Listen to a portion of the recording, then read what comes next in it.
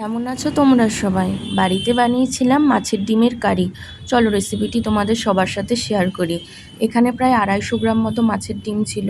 তার মধ্যে বেসন, হলুদ আর পেঁয়াজ দিয়ে ভালোভাবে মেখে নিয়ে আর একটু লবণও দিয়েছিলাম। দিয়ে কড়াইতে তেল দিয়ে এক এক করে মাছের ডিমগুলো বড়ার আকারে ভেজে নিলাম। একটু হালকা লাল করে বড়াগুলো ভাজতে হবে। বড়াগুলো ভাজা হয়ে গেলে কড়াইতে আর একটু সর্ষের তেল দিয়ে দিলাম গোটা জিরে, দিয়ে একটু ভালো করে ভেজে নিলাম। তারপর দিলাম টুকরো করে ছোট ছোট কেটে রাখা আলু। ভাজতে ভাজতে আলুটা একটু সেদ্ধ হয়ে আসার জন্য দিলাম পরিমাণ মতো লবণ। আমি মিক্সিতে একটা পেস্ট বানিয়ে নিয়েছিলাম, টমেটো, আদা, কাঁচা লঙ্কা, শুকনো লঙ্কার একটা পেস্ট। ওই পেস্টটা আলুর সাথে ভালো করে কষিয়ে নিলাম।